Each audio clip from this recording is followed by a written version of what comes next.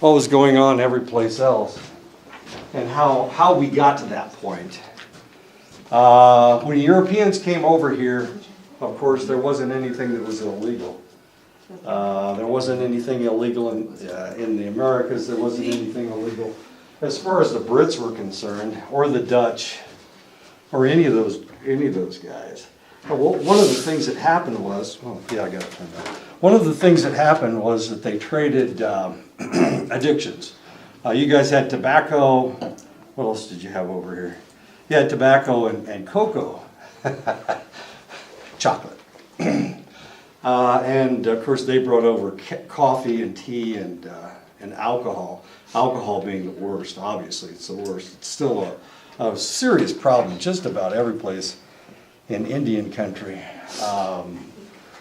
The truth is, and I've been up there, it's a lot worse in the north than it is down here. So, not that that means anything, it's still bad wherever it is. But it's like 80% up north. So if you go to the Blackfeet Reservation, you go to Fort Peck, you go to Fort Belknap, you go to the Chippewa Cree area, Rocky Boy, Crow, Northern Cheyenne, they've all got really serious problems. Then you cross into North Dakota in Sioux country, the Oglala, and the rest of the different tribes of Sioux, and you see a lot of heavy alcoholism is a really serious problem up there. Of course, tobacco. Andrea was talking about Kinnick, which is it's tobacco. You guys have mountain tobacco, which I imagine is probably pretty close to the same stuff. No? What is mountain tobacco? You guys use it in your ceremonies. Anybody? Where's Travis when I need him? Okay. You guys have mountain tobacco up north. They've got Kinnick. They grow their own tobacco up there, which is kind of interesting. They didn't always grow their own tobacco. They've reintroduced it. Up north, if you want somebody to do a ceremony, you give them tobacco, and they have to do the ceremony. If they accept the tobacco, they have to do the ceremony, which is kind of interesting. Down here, a little bit different. Opium came back to Europe in the form of a medication known as Theriac, which saw opium mixed with 70 to 100 other medications. So they used it as a medication, and of course it had been used in Egypt and Sumeria, Mesopotamia, that area. That's where opium came from the poppies in that area, and they started using it. They started mixing it with other medications. So they were using opium as a medication. Eventually in the 16th century, a stronger version of opium began to be used as a tincture of opium. Anything that is tincture means that it's mixed with alcohol. So tincture of this or tincture of that, tincture of opium is known as laudanum. And laudanum, of course, is opium mixed in alcohol, strangely enough. It was used as a sleep inducer. It was used as a painkiller because it's opium. And it was used, strangely enough, to treat alcoholism, which doesn't sound logical. You've got two drugs instead of one, and you're trying to get somebody off of alcohol. It was used with Edgar Allan Poe. They gave him laudanum, trying to get him to stop being an alcoholic. It worked. He stopped drinking alcohol. He had a very severe reaction to alcohol. Far more, well, it was very severe. And for that reason, he would black out when he drank. But he was an alcoholic. He started drinking when he was in the Army. He actually went to West Point, got kicked out for drinking. And then he had to stay in for another 4 years. And he went overseas, and overseas, of course, he picked up other habits. He's a brilliant writer, but he died in an alcoholic stupor in Baltimore, in one of the alleys of Baltimore, in his 40s, which is kind of a tragedy. In the early 1600s, a new drink was invented in Holland. The Dutch are really good at this kind of stuff. They invented gin, and if you've ever tasted gin, I don't know, it tastes like kerosene to me, but if you've ever tasted kerosene, it's pretty bad stuff. Gin. But they used to put different flavors in it, make different flavored gin. The problem was, and the reason that gin was so popular in Europe was because if you've ever been to Europe, the Europeans used their rivers as sewers. So they dumped their waste into the rivers. So the water in Europe is fairly contaminated. We were there from 1979 to 1982. My wife was there, and then in the early 50s, right after World War II. Her father was stationed in Germany, and they couldn't eat the vegetables because the vegetables were contaminated with the water, which was contaminated by just about everything. So water's a really serious problem. I mean, you can't drink it. If you feed it to somebody, they'll pick up cholera or diphtheria. They'll pick up all kinds of interesting diseases, and they will die. So the only thing you could drink was an alcoholic beverage. So they drink. That's one of the reasons why Europeans are so good at developing alcohol. They didn't even consider drinking water because you can't drink the water in Europe. So everybody drank alcohol. They even mixed alcohol in children's drinks to decontaminate it from whatever horrible monstrous bacteria was in the water. So everybody's drinking something, beer or whatever. Then they invented gin. Gin, of course, is a fairly strong alcoholic beverage. And because of that, of course, because of its popularity, it spread all over Europe. This brand new drink that has a better taste than whatever they were drinking before. And it was fairly inexpensive. It's really easy to make. All you need to have is the alcohol. You mix some other things in it, and all of a sudden you've got gin. It became the drink of choice all over Europe because it was inexpensive, especially in England. Alcoholism rates in England and the mortality rates due to the drinking skyrocketed in London. This is in the 1700s. If you want to read about this, read anything by Dickens. He talks about this. Any writer of the era is talking about the horrors of what was going on. Their population was exploding, of course, and this is one of the reasons that so many English came over here. England's not a very the island of England isn't a very large isn't a very large island, and for that reason, of course, there were a lot of individuals that needed someplace to go. Not only that, but the English had what they call primogeniture. And primogeniture means that the oldest son inherits everything. And they did this so that they wouldn't be chopping all these estates into tinier and tinier little places. The more boys you had, of course, that would mean this tinier their parcel would be. So instead of doing that, they had what they called primogeniture, which meant that only the oldest son inherited. So in a lot of these families, you have the oldest son is staying in England, and if they have 3 or 4 other sons, those sons had to figure out something to do. Well, one of the things that they did was become ministers, but the rest of them had to do something, and most of them immigrated to wherever the Brits were headed, wherever they were going. Well, not Australia, that was later on, but the Americas, Canada and the United States. And they became soldiers. So, and what do you do with all these boys? Well, some of them you're going to have to do something with. And those are the ones that became soldiers. And that's one of the reasons why the Brits spread all over the world, because of that concept of primogeniture. As stupid as that sounds.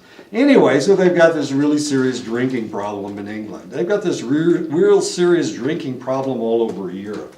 The Germans, the French drink a lot of wine. The Germans drink a lot of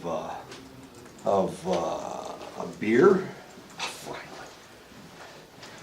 How many times did you have to stop on your way up? No, that's okay, I was just kidding. Don't tell me, I don't want to hear it. Anyway, I had to stop on the 5th floor to pick this thing up. I probably won't even use it. The new one's gone. I don't know where the new one is. Last time Marius stole it, but he's not here, so somebody else must have stolen it. Okay. Well, we'll figure it out. So there are all kinds of things that were going on in England. A lot of drunk people. A lot of people were dying. People were giving birth to babies, and sometimes they didn't even know they were pregnant. There was a lot of horrible things happening. Babies were dying in the streets. Mothers weren't taking care of their children. Prostitution was rampant because of the need to secure money. So all of these things were taking place in England, and the Brits realized that if they didn't stop this, that they were going to have a really serious problem. But then they tried to stop it, and there were riots in the street. All the poor people were rioting and telling them that they couldn't do that. Finally, in 1751, they were able to pass new laws, and gin consumption returned to a less deadly level. They put a tax on alcohol, which is one of the things that we've tried in the United States. The heavier the tax, the less people will drink, especially poor people, because they can't afford to do it anymore. We've tried that with alcohol, and it's worked kind of good. But we've done that with cigarettes. When I was young, you could buy a pack of cigarettes for 25 cents. Now it's, I don't know, how much is a pack of cigarettes? $7. $7? Yeah, at least $8. Oh man, people, especially in the military, they used to give these things away in your C rations. We used to get a package of 5 cigarettes. There were 5 cigarettes in there, and of course I didn't smoke, so I'd trade mine for candy bars or whatever. I know, I've got a sweet tooth. I've got a problem, don't I? I know. I got to do something about that. But it's better than smoking cigarettes. Of course, they gave you C rations every day, so you got those 5 cigarettes every day. Other problems that they had with psychoactive drugs. Nitrous oxide. They used to have nitrous oxide parties. Nitrous oxide, if you know about nitrous oxide, is laughing gas, and sometimes dentists will use it today. But in Victorian England, they used to have parties where they inhaled nitrous oxide. As stupid as that sounds. Nitrous oxide makes you feel like you can do anything, like you're on top of the world. If you take enough of it, you'll knock yourself out. But of course, most people don't do that at a party. But it also makes you a little bit belligerent. And so these laughing gas parties, they tended to have a lot of fights.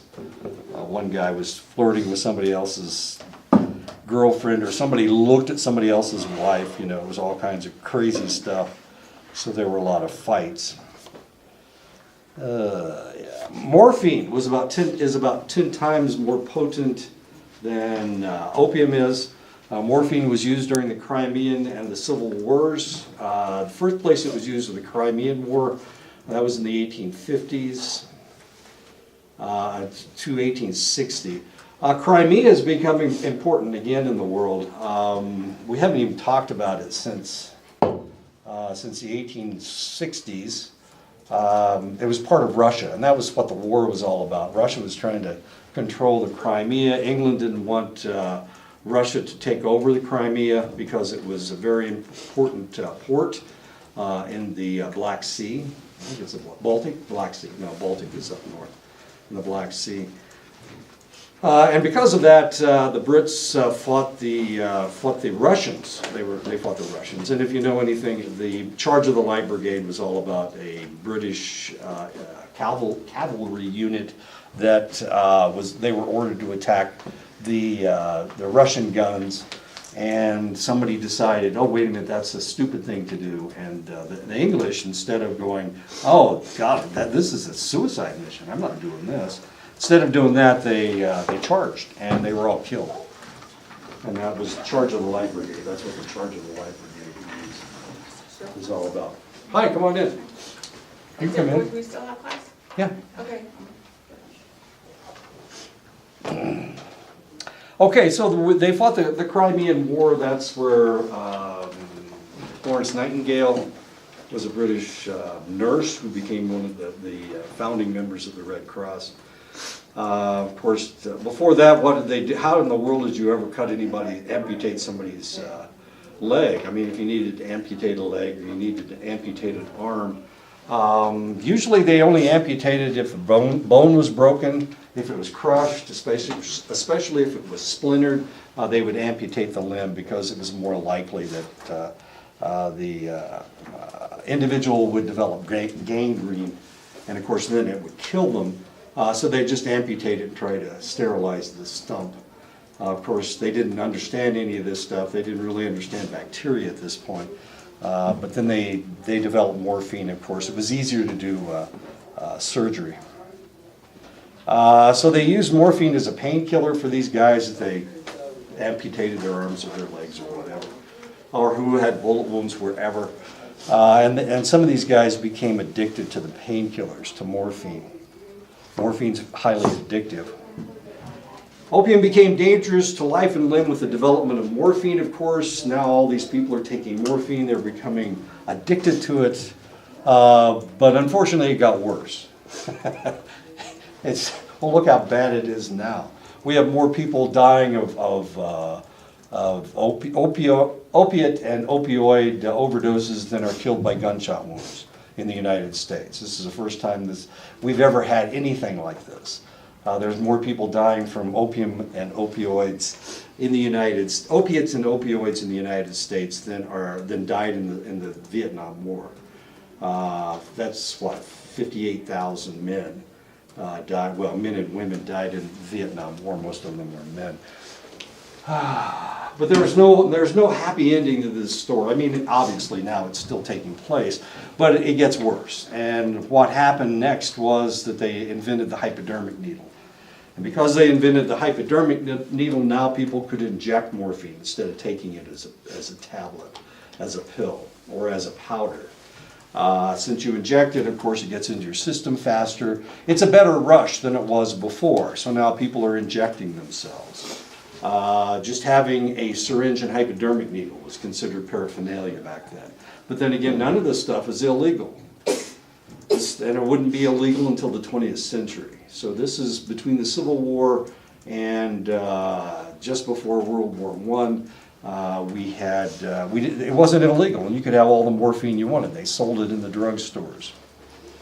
And then they invented heroin. 1874, they took morphine and they synthesized it into diacetylmorphine or heroin, and they tried to market it. This is the Germans again. They had the German pharmaceutical company Bayer. They're the ones who keep coming up with this stuff, and they're the ones who keep selling this stuff. Was it dark out there? Did you get lost? Yes, I did. How fun.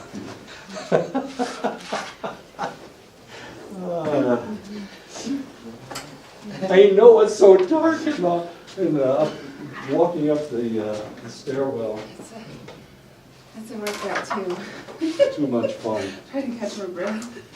Well, we're all getting addicted to opiates and opioids. We just synthesized heroin. The reason they called it heroin was because they were trying to talk. It made you a hero, and that's what they were trying to talk people into ordering. You know, you go into the pharmacist and he could give you anything that you asked for. Nothing was illegal at the time, so you could ask for heroin. Heroin is from 2 to 5 times stronger than morphine.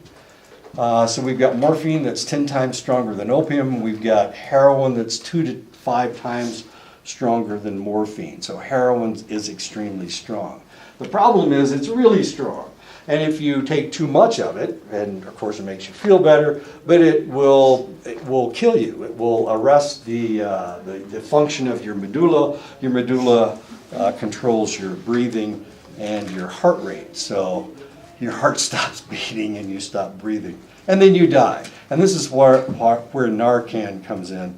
Of course, that it blocks all this opiate stuff in your brain, and it allows you to stay alive. And this is what Narcan is what people are carrying around now. They tried to raise the price of Narcan. It used to be between $10 and $15 a dosage, which was okay. I mean, you can have 4 or 5 of these things in your pocket. And then the guy that was making it decided, geez, I'm not making enough money off this stuff. So he raised the price to $120 a dose. And what's more important, lives or money? Right? What's more important? Of course it's money. Of course it's money. We live in the United States. We don't give stuff away. We don't give anything away. Anyway, okay, so I know, let's fight a war over drugs. That makes sense. 1836, Brits were having a problem. A lot of people became really wealthy in smuggling opium. They were smuggling opium into China. The Chinese had, at that point, even then, they had a larger population than any place else in the world. And it had been outlawed in China since 1000 AD. So it had been outlawed for over 800 years in China. It was still trickling in on the borders. It has a large border with India, and of course that's where a lot of the opium was being manufactured. The opiates were being grown and changed into morphine. Actually, the Chinese like to smoke opium. So that's what was going on. Pakistan and India is where most of the stuff was coming from, and they couldn't get the Chinese to open their ports. There was a lot of smuggling going on. A lot of Americans were making money smuggling opium into China. The problem was we couldn't get the Chinese to buy anything from us. Same problem we're having today. The same thing that Donald Trump is complaining about. Our trade deficit with China is just too high. So that's why he's starting this tariff war with the Chinese. He wants them to buy more of our stuff. Well, what do they need in China that we have today? What do we have that they need in China? I can't think of anything either. They got everything. Yeah, let's say space. Space. They've got every damn thing they need. Space. They just landed a satellite on the moon. The Chinese did. So, space, that's good. I like that. We're going to sell them some of our. You know, when the Japanese started, Japanese economy exploded in, it was during the first Bush, it was during the Reagan administration, so that was 1980 through 1988. In the 1980s, when Japan's economy exploded, you know what they did? They bought our stuff. They bought our land. Yeah, they bought Times Square, they bought Radio City Music Hall, they bought almost the entire island of Oahu because they had the money to do it. And what they did, they bought hotels. So if you go to Hawaii today, you probably will stay in a Japanese hotel because almost all the hotels along Waikiki Beach are owned by the Japanese, except for the ones that are owned by the United States military, which is kind of interesting. Anyway, so the Chinese are doing the same thing. You know that almost all of our debt is to Japan and China. So this, $12 trillion, I know, our debt is $12 trillion. Almost all of it's owed to somebody in Asia, either the Japanese or the Chinese. As curious as that is. But let's not worry about today. Let's worry about the past. So this is at the beginning of the 19th century. There was a trade deficit. And of course, Americans were involved in this whole thing. We had families that owned clipper ships, and they were smuggling goods from China to the United States. Of course, they couldn't land in China because there were no ports open to them, so they had to smuggle their wares into China. And actually they weren't smuggling anything in, they were smuggling things out. They were smuggling out whatever the Chinese were selling. One of them was tea. One of the things that we needed, or we thought we needed, was tea. But worse than what was going on in the United States is what was going on in England, because they became addicted to caffeine. It was the caffeine in tea, the Chinese tea. So they needed the Chinese tea.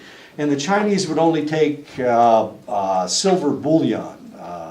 It had to be raw silver. That's all they would take in trade. And of course, the Brits didn't have anything to trade back. So they were buying all of this tea. The tea was very, very expensive at the time. And it kind of pissed the Brits off because the Brits controlled like everything. They controlled the seas, but of course they couldn't control China. China closed its ports. So they decided that they would start a war with the Chinese to open up their ports.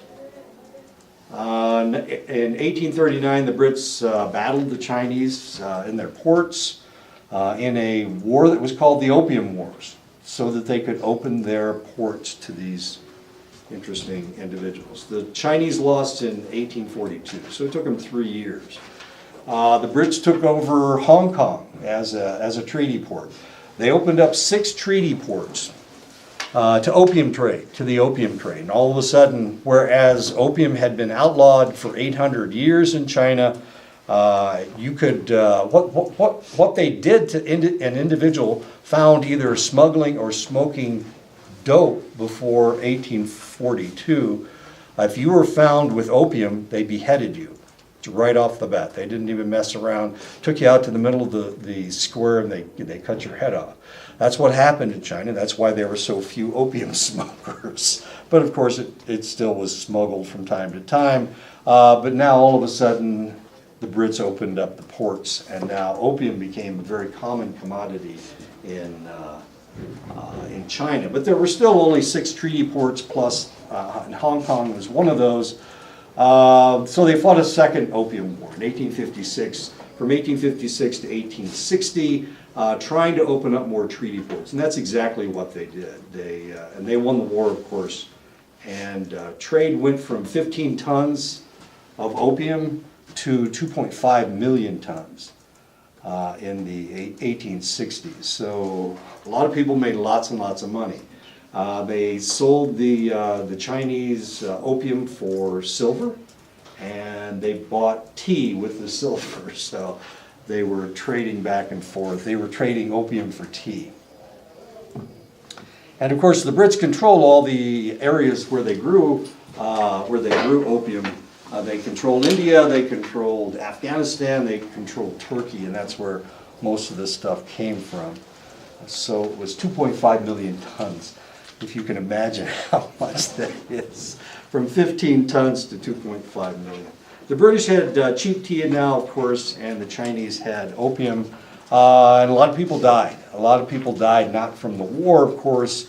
It was a naval war, but they've died from the addiction. Millions and millions of Chinese died from opium addiction. In 1859, cocaine was synthesized from the coca leaf. It quickly became a new medicine. It was used as a topical anesthetic and used for eye surgery. If you've ever watched a television show where they find a white powder and they're trying to figure out if it's cocaine, what do? They get some of it on their finger and they rub it on their gums.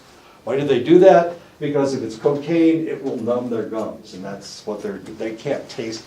Cocaine doesn't really, well, it's kind of bitter, but what they're doing is they're trying to feel it. Feel if it numbs their gums. You have to put it on mucous membrane. I guess they could stick it up their nose, but that seems a little silly. Anyway, I'm sorry. They used it as an anesthetic. They used it in eye surgery so that you wouldn't move your eye. They mixed it with wine to make a stronger drink, as smart as that sounds. Let's make wine's not strong enough for us. Let's mix it with cocaine. It was used by Freud to control asthma, gastric problems, as an aphrodisiac, and to relieve depression. People who start using cocaine claim that it acts as an aphrodisiac, and in the beginning it actually does. In the end, of course, it acts the opposite. It's not an aphrodisiac at all. During the end of the 19th century and the beginning of the 20th century, Many patented medicines were manufactured with what would become illegal drugs, either opium or cocaine. One of them is Coca-Cola. Coca-Cola first came out in 1886. It had 5 milligrams of cocaine in it. Of coca, actually, it was coca. And that's what gave you the surge. That's why it's called coca. Cocaine cola is what it originally was.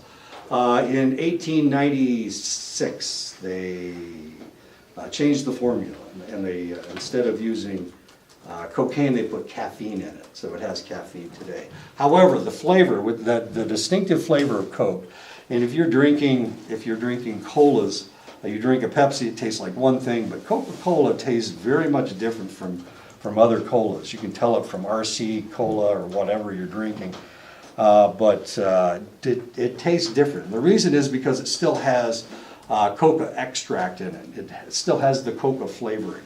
Coca-Cola is the largest purchaser of Trujillo coca leaf, and they take the extract and they put it in their Coca-Cola. That's a trade secret, by the way. So now you guys know why Coca-Cola tastes different than other colas. But of course, so here we are in the United States, and we have all the Europeans, of course, are big alcohol drinkers because they were over in Europe. So the Hungarians coming over, the Italians, the French, the English, the Irish, all of these people are big drinkers. Where is most Scotch whiskey made? Well, Scotland, of course. Why do they make so much Scotch whiskey in Scotland? Because they drink a lot of whiskey, that's why. So we've got all of these Europeans are coming over here. They're all big time drinkers. They don't drink, well, the Germans drink beer, but and the French drink wine and the Italians drink wine. But everybody's pretty much a hard alcohol drinker. That's what's taking place. The cheapest alcohol in the United States, of course, was corn whiskey. And so there was a lot of alcohol being drunk in the United States. And these people were professionals. They had been drinking for generation after generation after generation. They cut their teeth, literally, on alcohol. They started drinking this stuff when they were babies. And they continued throughout the rest of their lives. And we're not talking about wine spritzers. We're talking about hard alcohol. These people are hard alcohol drinkers. Even the weak stuff, the cider was hard cider. And of course, it's not that difficult to harden cider. This was a really serious problem in the United States. I mean, if everybody's drunk, how in the world do they manufacture anything? How do they do anything? How do they treat their families? And this was a really, really serious problem. They became very poor workers because they were drinkers, and they were worse husbands, as you can imagine. Inebriation impeded responsibility, and abuse among drinkers was common. Some people change their personality when they drink. I know none of you have ever been drunk, but when I got drunk back in a long, long time ago, I haven't had a drink since 1976, which is longer than any of you have been alive. But when I drank, and I only did this a couple times, I would get depressed when I drank. My personality changed. So I became depressed, and I figured out, and it only took me 3 times to figure out, this doesn't feel good. I don't like being depressed. Who likes being depressed? I think I'll get drunk and, start crying. I like crying. It's one of my favorite things. Then I'll throw up afterwards. This sounds like a good time. And the next day I'll have a headache, and I won't be able to function. So it only took me 3 times to figure out maybe I shouldn't do it. But some people, it changes their personality. They become mean. Some people become happy. But it's not that many people that become happy. A lot of people become mean when they drink. I've had ex-wives that about 1 out of every 10 times she's nice when she drinks, but 9 out of 10 times she gets mean. All of a sudden I become the biggest jerk in the world, and it's just when she's drinking. Now, why does my personality change when she's doing something? That doesn't make any sense. Anyway, I almost left her because she was so abusive when she drank. Anyway, okay, so the first temperance organization in the United States started in 1826. Women got together and they said, why are we putting up with this BS? The other problem they had in the United States was that birth control was illegal in the United States. And it stayed illegal in the United States until the 1940s. It was illegal to not try to make a baby if you were having sex. There weren't any prophylactics, there weren't any other means that you could use theoretically to keep from getting pregnant. To understand why temperance was so widely accepted in the United States, we have to understand women's lot in the early 19th century. Contraception was illegal, so women tended to be pregnant almost constantly. They lost a lot of babies, but they were pregnant almost all the time. And of course, if they had a husband that was drunk, sometimes he would demand sex when he came home inebriated, and of course, they couldn't fight him off. And it was illegal for them to refuse their husbands. It was illegal as far as the laws were concerned, but it was also illegal as far as the church was concerned. So, because no matter whether it was a Protestant church or the Catholic church, they were their job was to make babies and to make as many babies as they possibly could. The drinking pattern in the United States followed the path of cheapest booze. Corn liquor was the least expensive, so men tended to drink voluminous amounts of whiskey, not beer, not wine. Beer and wine was actually too expensive. And it tended to be stronger beer and wine. If you've ever been to Germany, the German beer is about 12% beer. In the United States, it's 3.2 beer. If you go to Canada, where they don't have the same laws we have, their beer is a lot stronger than ours is, about twice as strong. So ours is about 3.2 beer. Theirs is about 6% alcohol. Their beer is a lot stronger. If you've ever had a Foster's, that's Australian for beer. Foster's is a lot stronger than American beer. So all of this stuff, all the other alcohols you get around the world are stronger than what we have in the United States. Women saddled with a sporting husband, somebody that drank all the time, were likely to raise her children in poverty and to have to accept his drunken abuse. There's not a whole lot they could do. And the law said that he could do anything he wanted to her. He could beat her every night, and they wouldn't arrest him. As long as he didn't kill her, that was a problem if he killed her. But otherwise, he could beat her every time he came home. The same way with the children. And all these laws didn't change until the 20th century. So the temperance movement started in the early 19th century. The U.S. consumption of alcohol in 1830 was 7.1 gallons of pure ethanol for each citizen compared to 1.8 gallons today. 7.1 gallons. I figured this out. That's pure alcohol.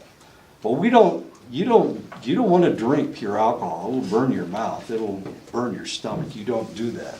Even the strongest, even Everclear is not 200 proof.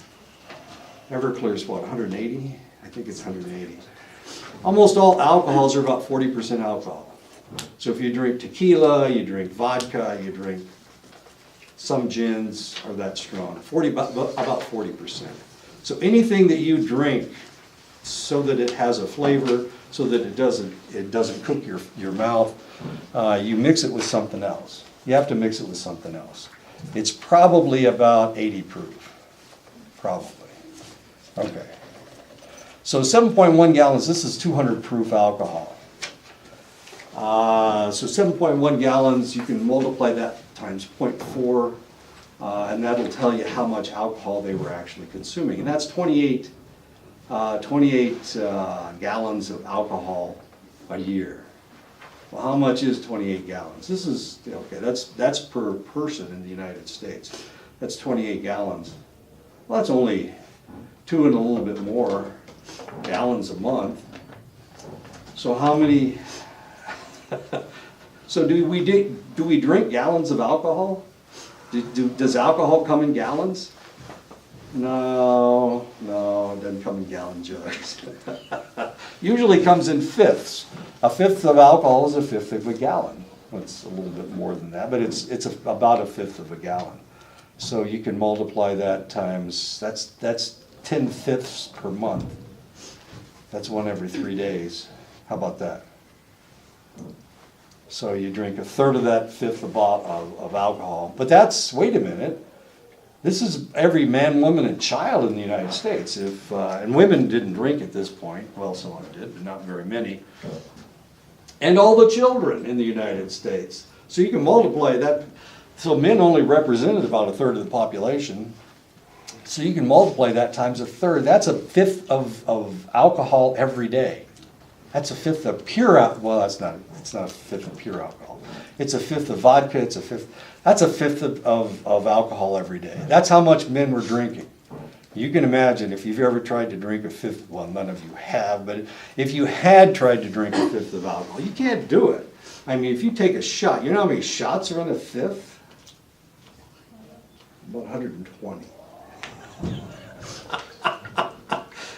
That's a lot of alcohol. You'd be down in shots all the time. Anyway, so men had developed a high tolerance. They died young. Of course, our life expectancy wasn't very high. They were smoking a lot of tobacco, and the tobacco they smoked wasn't cigarettes. They were smoking cigars and pipes. So men only lived into their 40s and 50s. If you had somebody that lived into their 60s, he probably didn't do something like smoke or drink, one of the two. So women are fairly oppressed at this point. They can't say no to their husbands. The old man comes home and beats her up. He beats up the kids. And if a policeman comes, he just laughs at him and pats him on the back and says, "Oh, he's just a funny man." So it was a really serious problem in the United States. And women got pissed off about it, but there wasn't anything they could do. There were no laws to back them up. So they started the temperance movement. And the temperance movement was successful not from the beginning. It took them about 25 years. The first state that prohibited the sale of alcohol was Maine in 1851. So and Maine, I don't know if you understand what was going on in Maine. Not a whole lot of farming was going on in Maine. A lot of fishermen, a lot of whalers were sailing out of the Maine ports. By 1855, 1/3 of the states in the United States had laws controlling the sale and use of alcohol. So prohibition was really, really popular. The women were saying that we needed to do this. And the men were going, "Oh, okay, I guess." So a third of the states in the United States by 1855 had prohibited alcohol. By 1920, enough states, 33 out of 48, limited the use of alcohol to lead to the passage of the Volstead Act, prohibiting the manufacture or the sale of alcohol. So this is prohibition. Started in 1920. It was passed in 1919, and it started in 1920. 33 out of the 48 states. Arizona was not one of those states. Surprise, surprise. Of course, it's a western state. It had just become a state in 1912, along with New Mexico became a state in 1912. Oklahoma had just become a state in 1907. So those states did not have prohibition, not yet anyway. But prohibition started in 1920, lasted until 1933. So it was prohibition was the law of the land in the United States. But 33 of these states already had prohibition. So they didn't have any problem with stopping alcohol usage. It was the other 15 states that there was a problem.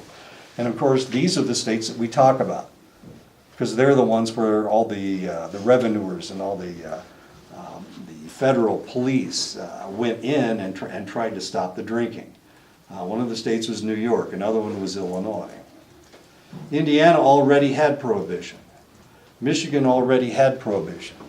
Wisconsin already had prohibition. But Illinois had to start prohibition in 1920. And because of that, and because Chicago was an open city, because of that, they had lots and lots of problems with Chicago. They had lots and lots of problems in downstate Illinois. They had lots and lots of problems in St. Louis. And they had lots of problems in New York. And so these are the places where the war was taking place, this Prohibition War. So when you talk about Prohibition, you don't talk about what was going on in Indianapolis, you don't talk about Columbus, Ohio, because nothing was going on in Indianapolis, nothing was going on in Indianapolis. They had had Prohibition for 20 or 30 years. And because of that, of course, everything changed. Okay, so when and this is an argument that is being used by the people that want to legalize marijuana. They say Prohibition didn't work. Well, we'll find out if Prohibition worked in just a minute. Alcohol wasn't the first drug that the psychoactive substance that was regulated. The first substance was opium. In 1909, they passed the Opium Exclusion Act, banning the importation of opium into the United States for use other than medication. In 1909. A lot of this had to do with immigration. We've been fighting about immigration ever since we became a country. So who were they actually trying to exclude with opium? What were they trying to do?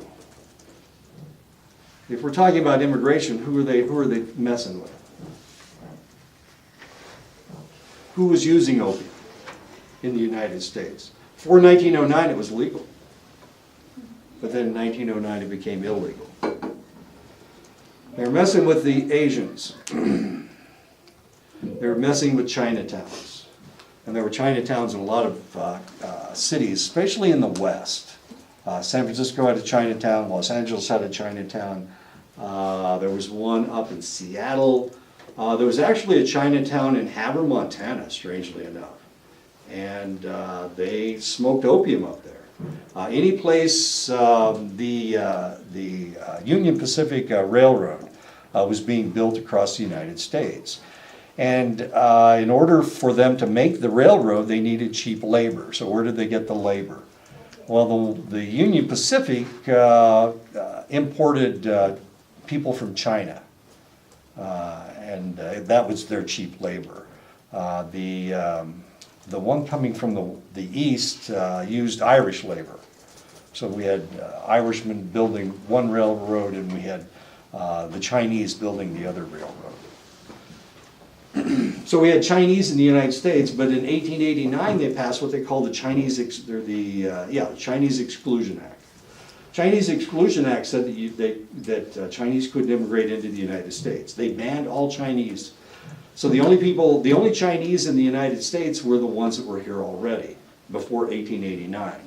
Now, strangely enough, when they passed the Chinese Exclusion Act in 1889, it also included the Japanese, who weren't Chinese at all, and it really upset the Japanese. And the Japanese were so upset that in 1941. That was one of the reasons that they attacked the United States, because we had excluded their people. We had treated them like as if they were Chinese, and they didn't. Of course, they didn't like the Chinese either. So in 1909, we passed the Opium Exclusion Act, trying to. A lot of the Chinese were addicted to this stuff. So when we excluded it, when we passed the law in 1909, what we were doing was we were hurting the Chinese, as strange as that may seem. Okay. In 1914, the Harrison Narcotic Act was passed, labeling opium as a narcotic to be controlled by the federal government. So in 1909, we attacked the people that were smoking the opium, the Chinese, and in 1914, we said that it was a narcotic. While the Volstead Act was repealed in 1933, other psychoactive substances have been added to the list of controlled substances in the United States. In 1937, the Marijuana Tax Act was passed, banning the use and cultivation of cannabis. Now, who in the world was using cannabis? And why in the world would they make this a law? Who were they trying to mess with? They banned opium to try to mess with the Chinese. So who were they trying to mess with when they passed the Marijuana Tax Act in 1937? What group? Mexican? The Mexicans. They were trying to stop Mexican immigration. Isn't this strange? I know. They pass all these laws trying to mess with people. It gets worse. Wait a minute. but it gets worse. In 1965, drug abuse control amendments regulated the manufacture of stimulants and depressants. In 1970, the Comprehensive Drug Abuse Prevention and Control Act consolidated all the drug legislation so that they would be controlled out of the same office. So we created a drug czar in 1970. 1984, the legal drinking age was raised to 21. 1984. Before 1984, in some states, you could drink at 18. In one state, you could drink at 16. I know. Legally, you could do that. I'm from Indiana. Indiana had, we had 21 as our legal drinking age way, way back. We were a temperance state. So we were pretty much a dry state for a really long time. But Ohio wasn't. Ohio's laws said that you could drink at 18. So when you could vote, oh, I'm sorry, you had to be 21 to vote. When you could be drafted into the military, I know in Ohio you could drink, but in Indiana you couldn't. So people from Indiana used to go to Ohio to drink at 18. It was legal over there. As long as they didn't bring it back into Indiana, they were okay. I know. As weird as that is. So when I turned 18, well, it didn't make any difference. I didn't go over there to drink anyway. My brother did, though. I have a brother, an older brother. When he turned 21, he went to Ohio to drink. And I thought, well, that's stupid. You should have, if you're going to drink, you should have gone over there when you're 18. Anyway, not important. 21. So legal drinking age all over the United States is 21. And that was true all over the United States except for one. The one state that allowed people to drink at age 18 was Louisiana. Any idea why? What's the one thing that makes Louisiana just buckets and buckets of money? Louisiana. Hot sauce. Mardi Gras. Mardi Gras. It lasts for, I don't know, a week. But in that week, they make more money than they make all the 355 days of the year. And the reason that they make so much money is because there's so many kids that go to Mardi Gras to party.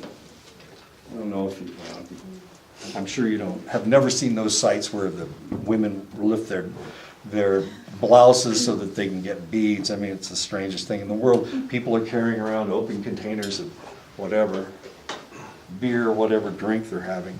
But everybody gets drunk during Mardi Gras, and they just have a big party. Carnival down in South America, but it's Mardi Gras in Louisiana. And so for the longest time, they wouldn't pass the 21, they wouldn't allow the 21 drinking age. They didn't enforce it.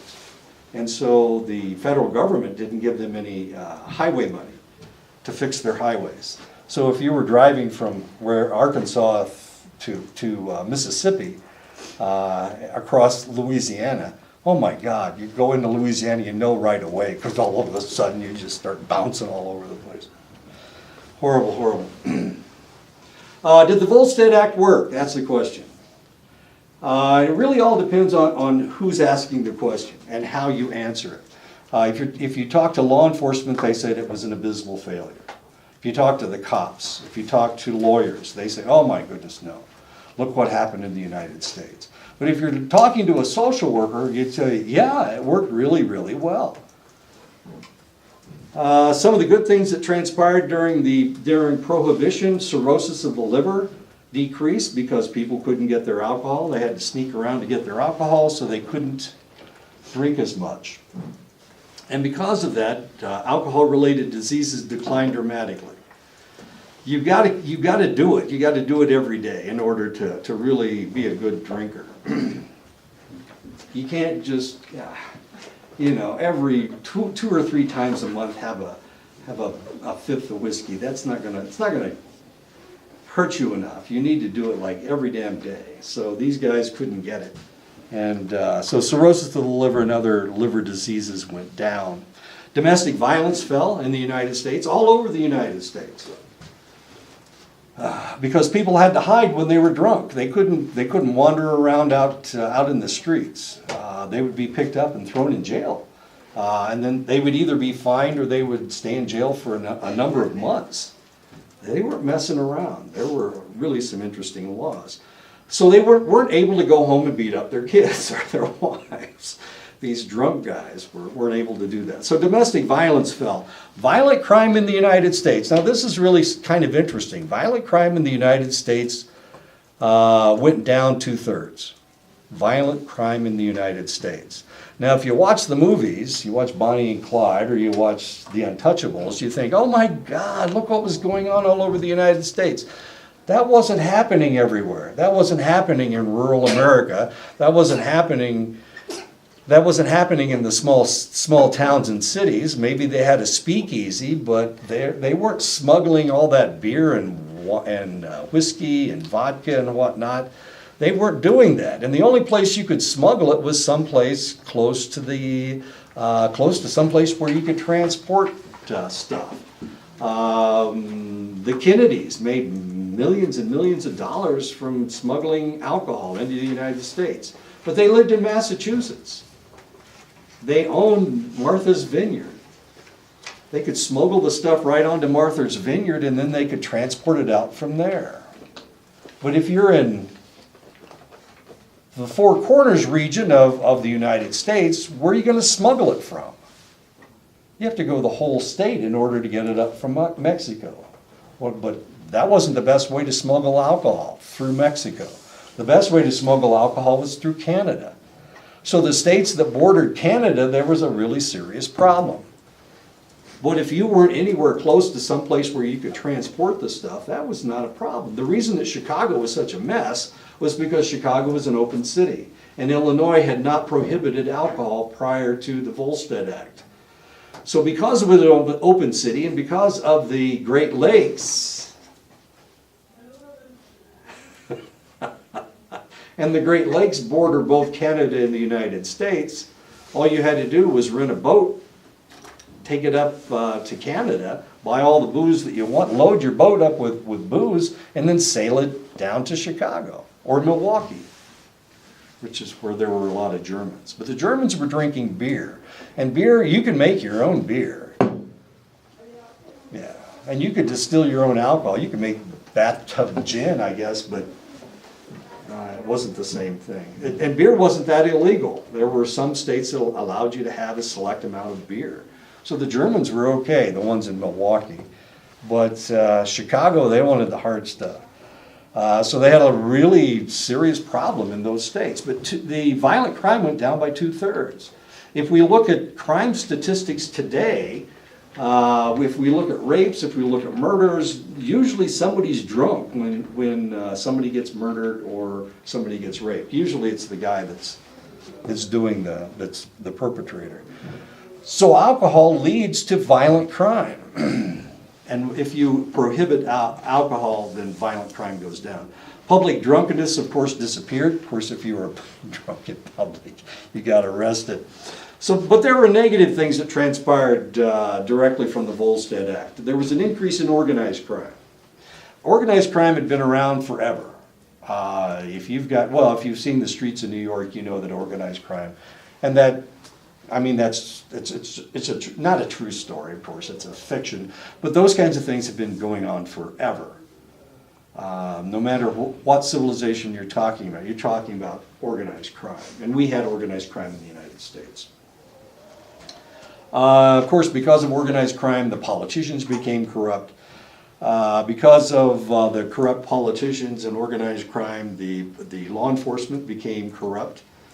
Drinking eventually returned to pre-prohibition levels, but it took 20 years for people to start drinking again. Some religions ban alcohol. The Baptists do, the Methodists do. And there were large populations of Baptists and Methodists in the United States. But it took them 20 years to get back to where they were before. One of the things that happened was we had a population explosion about that time. Population explosion, and because of that, the drinking levels were at the same level, but we had a larger population, so it actually declined. Remember, in 1830, we drank 7.1 gallons of alcohol per person in the United States. I know. In 2015, we drank 1.8 gallons per person. And I don't drink at all, so somebody else must be drinking mine 1.8 gallons. I'm not looking for volunteers in here, of course, since you guys have never been drunk. And I congratulate you for that. Okay, so how much time do I have? So what's wrong with pot? Hemp, marijuana, Mary Jane, dubage. You can call it anything you want, lots of names. Marijuana's got lots of names. Hemp was grown in the Americas with little problem until it first began to be smoked as a mild hallucinogen in Texas. Remember, hemp doesn't have that much THC in it. You have to get a hold of a female plant for one thing, and who the hell can tell the difference between a female and a male plant? So you got to get a hold of, if you get a hold of a male plant, there's hardly any THC in it at all. So there were a lot of people that were thinking that they would get stoned from marijuana, but half the time they were getting the wrong plant, so. I mean, it didn't work very well. It started in Texas in 1910, and it started with the Mexican workers that showed people how to smoke the wacky weed. And of course, it started in Texas and it spread throughout the West. Any place there were Mexican immigrants, they potentially smoked marijuana, but of course the marijuana was really, really weak at this point. In the 1930s, the Hearst newspapers ran a propaganda campaign to label marijuana as a narcotic. Hearst newspapers were all over California.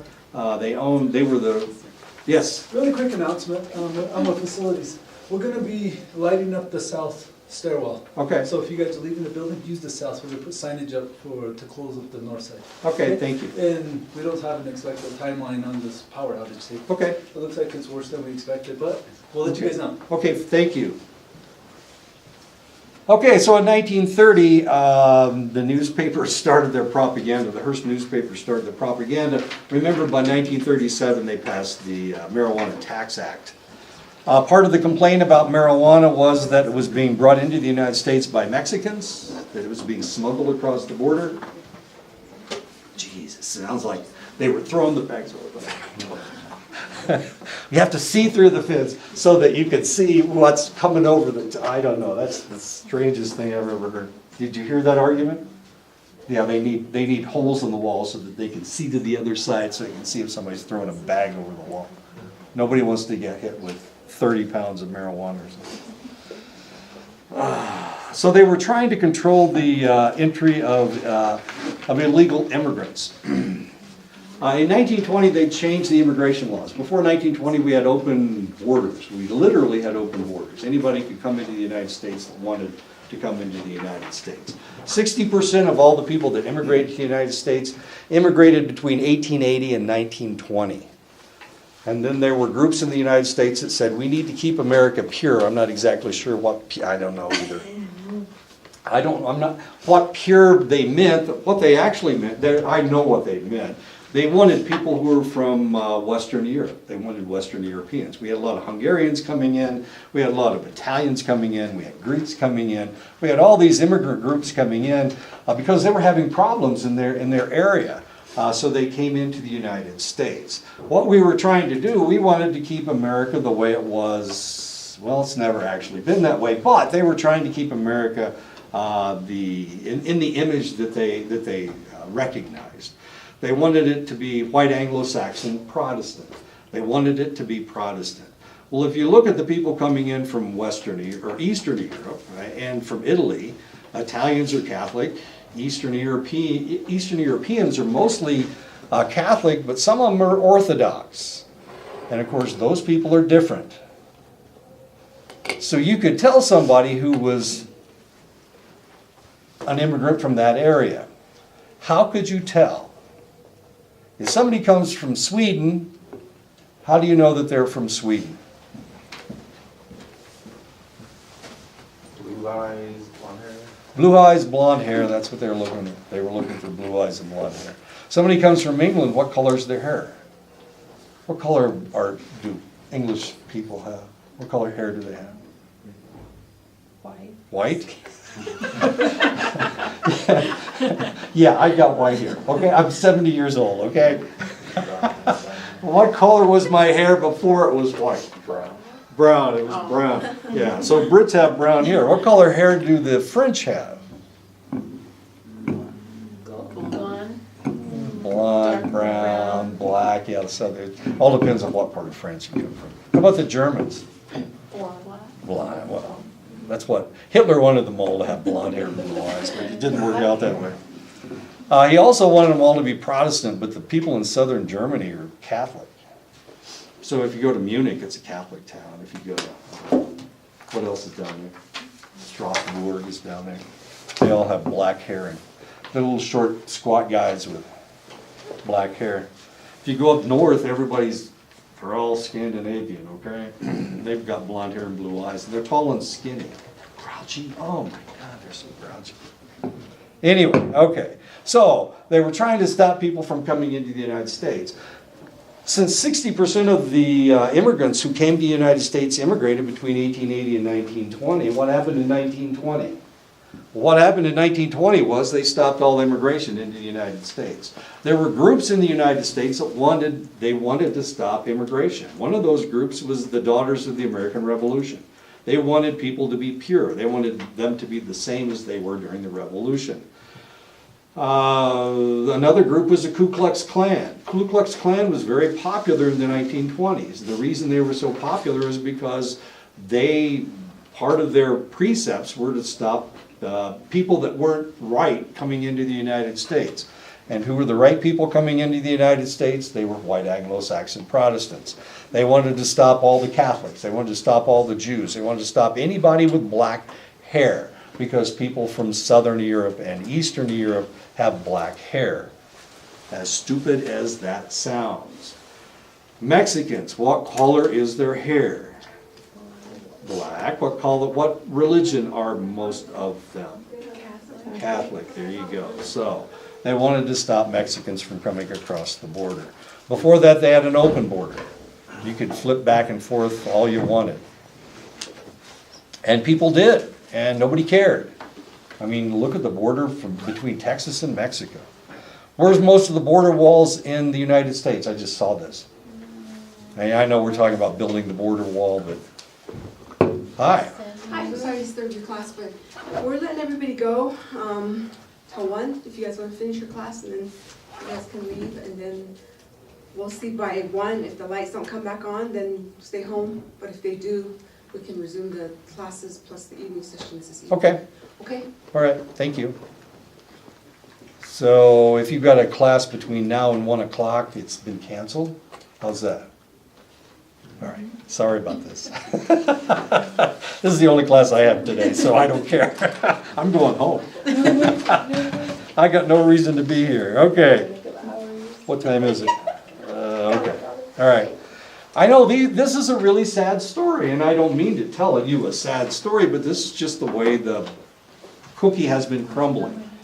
So immigration has been a really serious argument in the United States. The Ku Klux Klan marched in Washington, D.C., and there were a lot of people that were members of the Ku Klux Klan in a lot of different states. Indiana elected a governor who was a member of the Ku Klux Klan party. He wasn't a Democrat, he wasn't a Republican, he was Ku Klux Klan. He lasted for 2 years. He was supposed to last for 4 years. But this guy, he kidnapped a woman in Indianapolis, got on a train, kidnapped a woman in Indianapolis, and he molested her all the way from Indianapolis to Chicago. And of course she died. He burst her bladder or something. Anyway, she died. I know, so he was charged with murder. Oh God, how horrible are these stories. I apologize. Anyway, so drugs and immigration had a lot to do with one another. As stupid as that sounds. By 1936, 38 states had branded marijuana as one of the most dangerous drugs. 1937, the Marijuana Tax Act was passed, banning the growth of marijuana in the United States, so you couldn't grow it, not even as hemp. Marijuana was used as a drug only in rural areas where it grew wild and in the back rooms of cities where it was identified with jazz musicians and beat poets. If you've ever watched the movie Back to the Future, the original movie, those African-American gentlemen who were in that Cadillac smoking, when they opened the doors and all the smoke comes pouring out, they weren't smoking cigarettes, they were smoking marijuana. That was the idea. I know, I was shocked too when I figured that out. If you've ever seen High Times at Ridgemont High, Big Times, something. Fast Times at Ridgemont High. I knew it was some kind of times. Anyway, when Spicoli gets out of the van with all those guys, yeah, they're smoking marijuana at that point too. Okay. Remember, he hits his head with the shoe and he can't feel it? I didn't know that. Yeah. In the 1950s and 1960s, the influence of beat poets' support of using psychoactive substances, including marijuana as an act of rebellion, caught on with the youth of the era. There was a book called On the Road by Jack Kerouac. In that book, he talks about smoking marijuana. This is a book that was written in the 1950s. People read it and they took it as their epistle for rebellion. And so they started following these rules. They started trying to find marijuana. And of course, what they were finding mostly was ditchweed, so it wasn't very strong stuff. But this was the symbol of rebellion in the United States. This was in the 1960s. With the beginning of the Vietnam War in 1960, it actually started in 63, but we didn't really send troops in there until 1965. The anti-war movement became intermingled with youthful rebellion, which by this time was connected to marijuana usage. So the symbol of rebellion was marijuana, and so all the federal government needed to do to control the rebellion was to pass new drug laws. I know. So we're gonna control all this stuff in one fell swoop. The other thing that was happening in the United States in the 1960s was the civil rights movement. This is when Martin Luther King Jr. was still alive. He was assassinated in 1968. So he was prevalent in the United States for about a decade, for about 10 years. This is one of the reasons why we celebrate his birthday. This school celebrates his birthday. You get a day off because of Martin Luther King Jr. Day, despite the fact that the state of Arizona was the last state to recognize Martin Luther King Jr. Day. But this school recognizes his birthday. They do not recognize Lincoln's birthday or Washington's birthday. But they do recognize Martin Luther King's birthday, as exciting as that is. So they recognize that Martin Luther King Jr. was a great man. And I was there when it happened. I was right in the middle of all this stuff. And I can tell you that he stopped a civil war in the United States. It would have been a bloodbath. And it would have been blacks versus whites. And that's the way it was looking in the 1960s. It would look that bad. I was almost sure there was going to be a civil war, because I was right in the middle of it. I had a lot of black friends, and they told me what was happening. And they explained to me what was going to happen next. Now, strangely enough, I felt like I was on the wrong side, because my skin ain't black, it's white. So I was going to be one of of course, my side had all the guns. That was kind of the ugly part about it, but there were a lot of people that were rebelling against the white establishment. And of course, civil rights changed. In 1965, they signed the Civil Rights Act. All of these things were used to placate the African American community. And it works. And of course, Martin Luther King Jr., there were people that wanted to arm the Black Panthers, for example. They wanted to arm all the black people. It's real easy to get guns in the United States. It looked like we were about to have civil war. It looked like we were about to have civil war. And I was in contact with a lot of African Americans. We had Black Panthers on our campus. It looked like we were about to go to war. And it didn't happen because of Martin Luther King Jr. He's the one that talked people out of arming themselves and marching in the streets. We did march in the streets, but we didn't march with guns. If that had happened, it would have been those riots that we saw in Newark and Detroit and Cincinnati and Los Angeles. It would have been a bloodbath. And the people that would have died would have been the African Americans, just like And of course, they would have pulled in other minorities, and you guys would potentially have been one of the minorities that got pulled into the war. Amphetamines were first synthesized in 1887 in Germany. Germans again, those damn Germans, they're always coming up with this stuff. Over the years, the substance was used as an inhaler under the name of Benzedrine. So if you know anything about, if you've ever heard about Benzedrine, you squirt it up your nose and you get a little buzz. Makes you excited, like cocaine. It was used as an appetite suppressant, as odd as that sounds. During World War II, amphetamines were used by to combat fatigue by both sides. The Nazi method of using amphetamines was used. My dad drove ammunition trucks before the war. Actually, the war started in 1939. The United States started drafting people in 1940. So by 1941, when the war actually started, when the Japanese attacked us at Pearl Harbor, we already had an army of over 1 million men. So a lot of people were drafted into the army. My dad was 4F. He couldn't get into the army because he had hemorrhoids. He had to have them surgically corrected in order to get into the army. Now, most people, if they can't get into the army, they're going, oh, good. Oh, I get to stay home. Well, now my dad, he had surgery so that he could get into the army. And of course, as dumb as that sounds, I could not, potentially I wouldn't be here because he would have, and he landed at D-Day. And he marched all the way through France and Belgium. And he got stuck in the Bulge. So potentially, that's where the Germans, that's one of the places the Germans stopped. Where he was, in Namur. And he was in a castle. And they leveled the castle. And he was in the castle when they leveled it. But he survived, along with almost all of his men. And then they ran out of gas. Germans ran out of gas. Thank God. But they leveled his castle before. And all they had were machine guns and rifles and pistols. They had no way of stopping tanks. So it would have been a mess. Why don't we stop right here? We'll pick this up next time after I break. Maybe next time you can see the picture. Wait a minute, let me cover this picture because this lady's having her breast painted. In the 1950s and 1960s, amphetamines were used as diet pills. By 1970, it was estimated that 6 to 8% of Americans were using diet pills. Really? They were so much skinnier then than people are today. Amphetamines were part of the fuel of the hippie movement in the Summer of Love in 1967. Congress passed the Comprehensive Drug Abuse Prevention and Control Act in 1970. Why? To control the anti-war movement.